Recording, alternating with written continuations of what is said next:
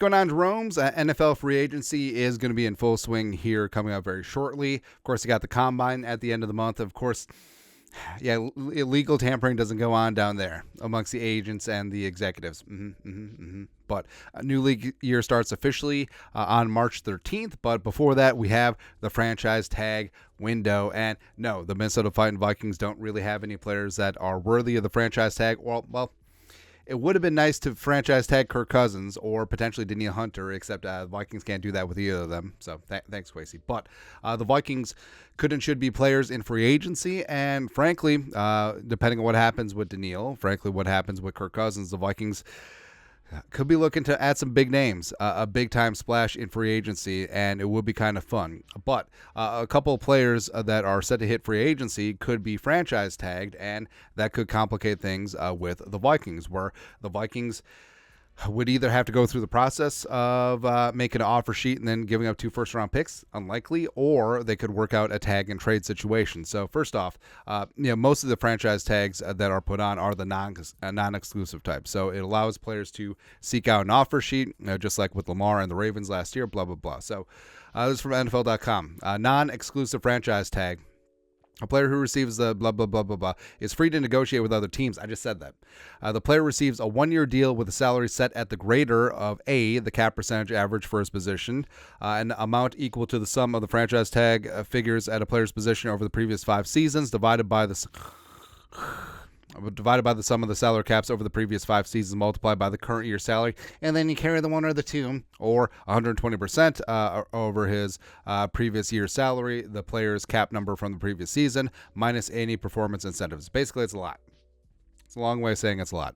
Teams that use the non-exclusive franchise tag hold the right of first refusal. If a designated player signs an offer sheet with another team, the player's previous team has 5 days to match the offer sheet. Should it decide not to, the player's original team shall be entitled to draft choice compensation equivalent to 2 first-round picks. Now, that generally never happens, where if a team is interested in assigning a franchise tag player, then generally those 2 teams are going to work out a tag and trade, and as evidenced by the last time it happened when the Vikings traded for Yannick the Freak Ngakoue with a swap of a 2 and a conditional 5th versus those 2 ones where Yannick was on the franchise tag there. Now, franchise tag estimates for 2024. This is from Over the Cap.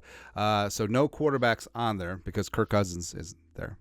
Now, teams will generally do this to control players for 1 year, and it's not the worst thing in the world for players. Yes, you want that multi-year deal with the big-time guarantees, but if you sign your franchise tag, you're going to get that year guaranteed, and it's generally a pretty high end of the market at your position, right? And yes, so teams can offer the franchise tag over these next 2 weeks during the window, and it can go unsigned. Like, it can go unsigned all the way through the draft, all the way through OTAs, blah, blah, blah, if a player wants to play hardball. But also, remember, the team can just pull the franchise tag at any time if it's unsigned. It's what happened with Josh Norman and the Panthers about a decade ago. But so going through defensive tackle, that's a big one, just shy of $21 million, as well as defensive end. So they don't differentiate between D end and edge rusher. So if you're a 5-tech, you're going to get paid. Well, you're never going to get the franchise tag, but just north of $20 million.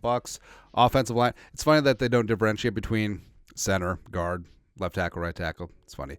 Corner, just under 18.7, safety 16.2, and running back 11.3. But also, the running backs that we have on this list, it would be their second franchise tag, so they would be getting a precipitous bump. That's why probably not going to be tagged. But getting into our list. So again, this is in no particular order, but guys that the Vikings could and should be interested in free agency who may be getting the tag. And Christian Wilkins is number 1. So Wilkins is 28, team captain of the Dolphins, 9 sacks, 65 tackles last year. And yes, it's important because he was Brian Flores' first draft pick back in the day when he got the Dolphins head coaching job in 2019. And I think Christian Wilkins would be great against the run. He brings a little something as a pass rusher as well. And I think that he would transform the Vikings defensive line. I think he would do a great job. And his spot rack estimate, so the average estimate is from Spot Rack in terms of average per season, 20.2 versus the tag for a defensive tackle is just shy of 21. So, I mean, We're talking in the neighborhood, but of course 1 year versus multi-years and a large guarantee on that second contract makes a difference. Now, Bryce Huff is an interesting name. So Bryce Huff was a UDFA out of Memphis, 6'3", 255, put up 10 sacks and 67 pressures last year in our guy Rob Salah's defense. Now, it doesn't look like they're going to franchise tag him because his spot rack estimate is just south of $10 million bucks, and for edge rushers, I mean, $20.2 million. That's kind of a lot. And also, I mean, the Jets may be scraping together some pennies with the Rodgers deal, as well as some other premium contracts that they're looking to be handing out. But I think Bryce Huff would make a lot of sense. He's only 25, and if the Vikings do lose Danielle Hunter, I could see him in conjunction with potentially going and seeking out edge in the draft as trying to replace 99's production. Justin Madubuike is an absolute monster. Loved him out of Texas A&M, second-round pick, 26 years young. He's estimated to get top end of the defensive tackle market money. Now, for defensive tackles, you got to take out Chris Jones and Aaron Donald. Like, they're just outliers, man. But $20 million bucks per season. Last year, Madubuike really blew up for the Ravens. 13 sacks, 77 pressures, second-team All-Pro. I mean, he would be elite, absolutely elite. And the Vikings have brought in premium defensive tackles, excuse me, before. Nose tackle Pat Williams from the Buffalo Bills back in the day, as well as Linval Joseph, of course, coming over from the Giants. So, I mean, it's not unprecedented for sure. Jonathan Grenard of the Texans. So, he had himself a bust-out season, too, and I think that the Texans may look to keep him because I think that Grenard as well as Will Anderson formed a really nice duo last year in D'Amico Ryan's defense. But estimated at $13.4 million, is only 26, 53 pressures, 12.5 sacks.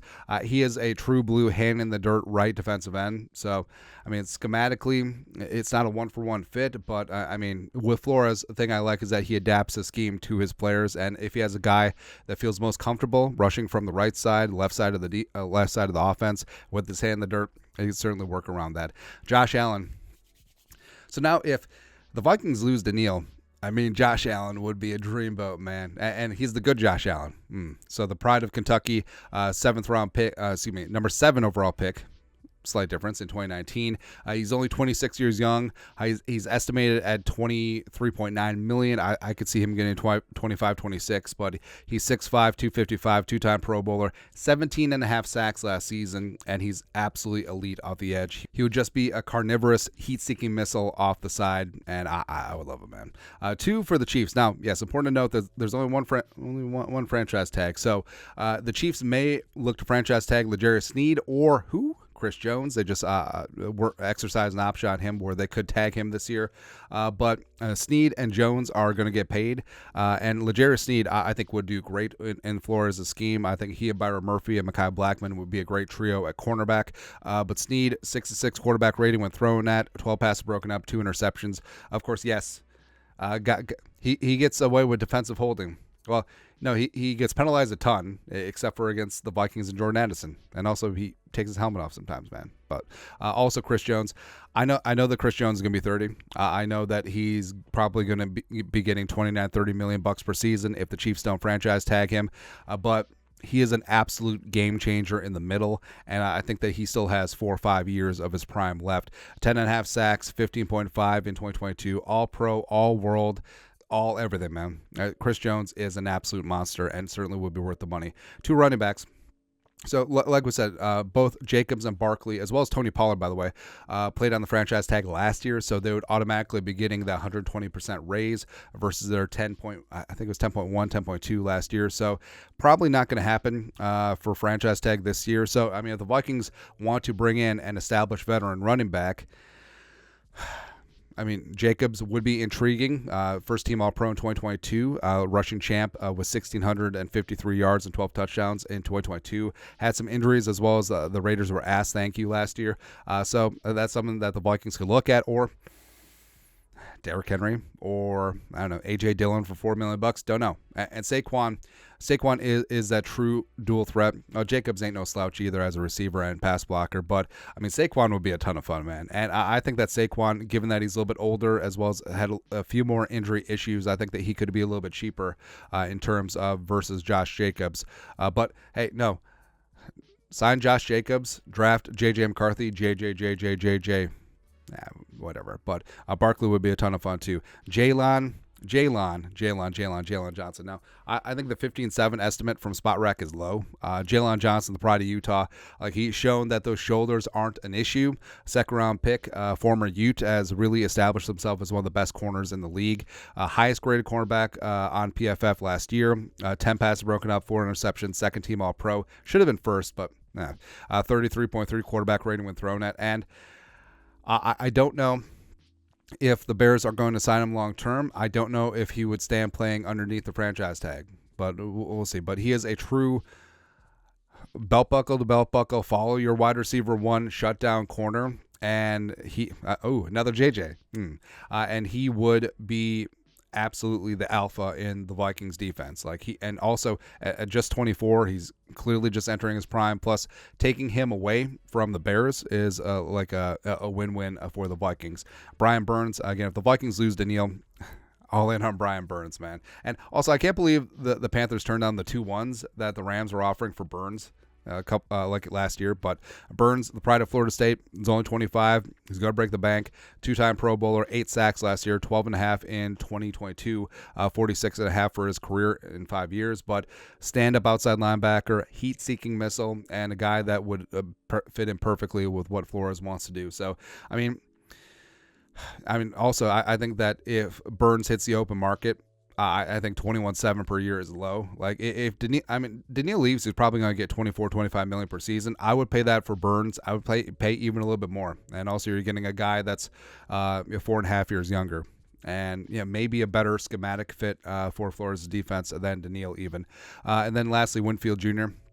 So, yes, the Vikings play multiple safeties, depending on what happens with Harrison. But Winfield has shown that he's one of the best strong safeties in the game. First-team All-Pro, 122 tackles, 6 sacks, 12 passes broken up, 3 picks, 6 forced fumbles, a partridge in a pear tree. He's a game wrecker. He's a game changer. And I don't know how the Vikings didn't draft him in 2020.